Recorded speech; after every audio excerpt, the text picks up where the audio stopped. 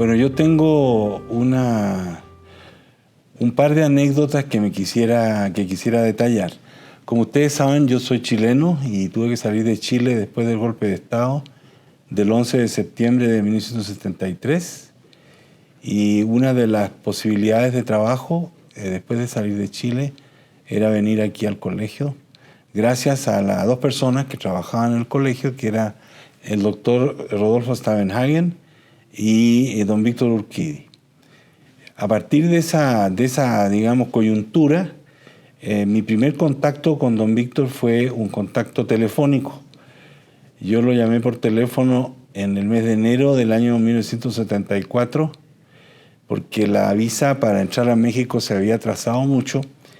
y entonces don Víctor amablemente, yo estaba en Lima en ese momento, en el Perú, y me contestó la llamada y pudimos conversar un rato sobre cuánto se iba a demorar la autorización de la visa en Gobernación. Y ahí yo me di cuenta, digamos, de la disponibilidad y de la buena acogida que don Víctor tuvo conmigo en ese momento. Nosotros con mi esposa y una hijita que teníamos en esa época estábamos medio cortos de dinero y don Víctor me ofreció mandarme un giro que llegó muy rápidamente gracias a otra persona que era muy importante en esa época en el colegio, que era el señor Montero, que estaba a cargo de las cuestiones administrativas. Entonces, esa conversación para mí fue muy importante porque me dio mucha, digamos, confianza y una seguridad, y me dio una impresión de lo que lo que yo iba a experimentar siempre aquí en el colegio durante esos primeros meses de mi llegada digamos, aquí a trabajar en sociología. Recordemos que en esa época el colegio no estaba aquí en el Ajusco, sino que estaba en la calle de Guanajuato, en Guanajuato 125, y el Centro de Estudios Sociológicos donde yo empecé a trabajar quedaba en la calle de Zacatecas, en la colonia Roma, y en ese contexto fue donde yo pude tener contacto con él y también con don Mario Ojeda, que era parte era el secretario general del colegio.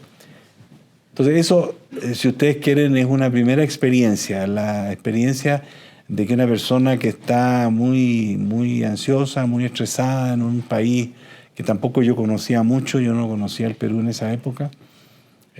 Yo tenía 30 años en esa época, era muy joven todavía en términos de experiencia, entonces encontrarme con una persona con don Víctor fue muy importante. Quizá vale la pena mencionar de que una vez que ya llegamos a México, que me integré al trabajo del Centro de Estudios Sociológicos, empecé a ver un poco lo que era el colegio en esa época. Era un colegio mucho más chico que el que tenemos ahora. Era un lugar donde los días jueves en la tarde don Víctor nos reunía a muchos profesores en su oficina y tenía una mesa donde ponía todos los libros que habían llegado a la biblioteca, y empezaba él a asignar a quienes íbamos a hacer la reseña. Entonces el primer trabajo que me encargó él personalmente fue hacer una reseña de un libro que salió hace muchos años, ¿no es cierto?, pero era un poco como él nos integraba a todos al trabajo del colegio. También hubieron otras experiencias. Por ejemplo, yo no tenía idea de que la persona más importante, el presidente del colegio, leía todo lo que nosotros escribíamos. Entonces nosotros con el profesor José Luis Reina y con Marcelo Miquet, otro profesor de esa época, hicimos un libro y nos encontramos de repente que lo había comentado con letras rojas y tenía todo leído, ¿no es cierto? Y nosotros tuvimos entonces que corregir el texto en función de lo que él había recomendado. Bueno, ahí se inició, estoy haciendo un poco la referencia al primer momento, digamos, que sería los meses de febrero, marzo, abril de 1974.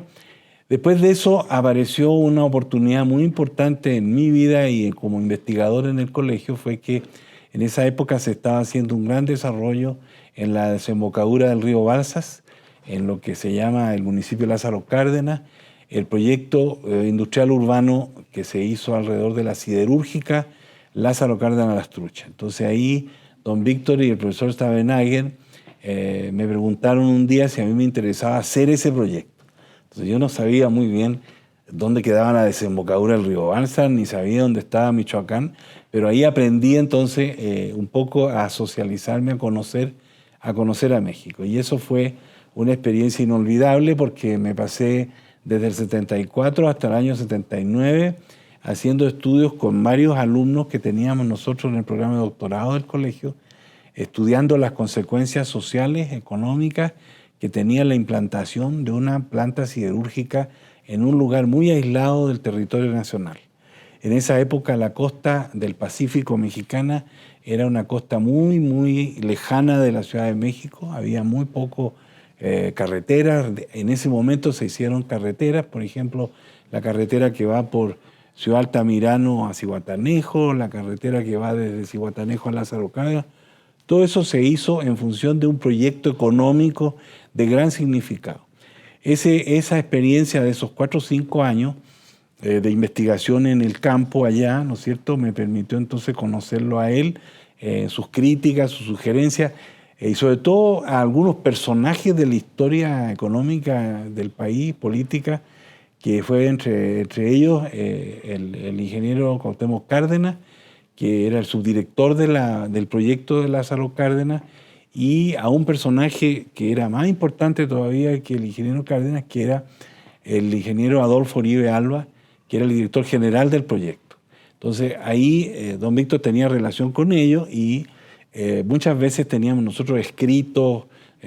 informes de investigación que ellos leían, el ingeniero Cárdenas y Uribe leían, y entonces teníamos siempre una relación de retroalimentación con los responsables de las políticas. Aquí no puedo dejar de mencionar a los alumnos del doctorado de Sociología que participaron en ese proyecto, de los cuales, salieron 4 o 5 libros que están todos en esta biblioteca y que fueron todos están agotados hoy día, pero son proyectos de investigación que tenían que ver con las decisiones políticas, con las consecuencias sociales, por ejemplo, qué pasó con los ejidatarios de la zona y cómo se dio este proyecto. Entonces, eso, como les digo, fue mi primer proyecto que hice por iniciativa de Stavenhagen y del señor Urquidi, y de ahí entonces salieron estos libros. Posteriormente a eso yo me dediqué a otros proyectos, sobre todo en el área sindical, en el área del estudio del sindicalismo mexicano, porque en Lázaro Cárdenas también había aprendido un poco cómo era la estructura sindical en un país muy diferente a lo que había sido mi experiencia en Chile. Entonces, por esa razón, me dediqué desde los 80 en adelante y ahí también tuve relaciones con don Víctor, porque en esa época estábamos en una coyuntura política complicada, que era el momento en que los trabajadores del colegio hicieron un sindicato. Ahí se creó el sindicato, que hoy día es el SUTCOLMEX, el Sindicato Único de Trabajadores del Colegio, que generaron una situación en 1980 muy, muy crítica, muy, complicada, que desencadenó una huelga. La primera y única huelga que había en el colegio fue en ese año de 80, y ahí también, para mí, que yo tenía una socialización política distinta, aprendí que hay que valorar mucho las instituciones, y ahí entonces apoyamos la posición que tomó don Víctor en esa época en relación al conflicto laboral que se generó ahí. Esa huelga duró mucho tiempo, estuvo cerrado el colegio, ya estábamos aquí en el Ajusco, primera y única vez, ¿no es cierto?, donde habían banderas rojinegras en la puerta del colegio. Entonces, después de eso, se tranquilizaron los ánimos, los profesores creamos un sindicato, hay una tercera persona que interviene en esta experiencia, es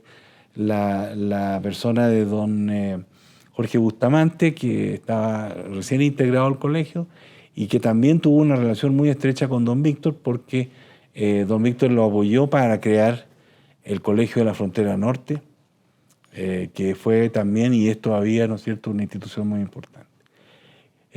Para no hacer la historia muy larga, porque no es toda la biografía o la autobiografía mía con él, quiero mencionar una última cuestión importante que fue, ustedes saben que el golpe de Estado en Chile fue el 73, y durante todos esos años, hasta los años 80, para ser más exacto, hasta 1984, yo nunca había regresado a Chile, porque había muchos problemas en Chile, la dictadura era extremadamente complicada, y para todos los que habíamos salido de Chile era todavía más complicado llegar a Chile. Entonces, el año 84, tenía yo un dilema. ¿Voy o no voy? Porque me invitaron a un congreso, qué sé yo. Entonces, para proteger un poco la situación de no exponer a don Víctor ni a Stavenhagen ni al colegio, le fui a pedir permiso, le fui a pedir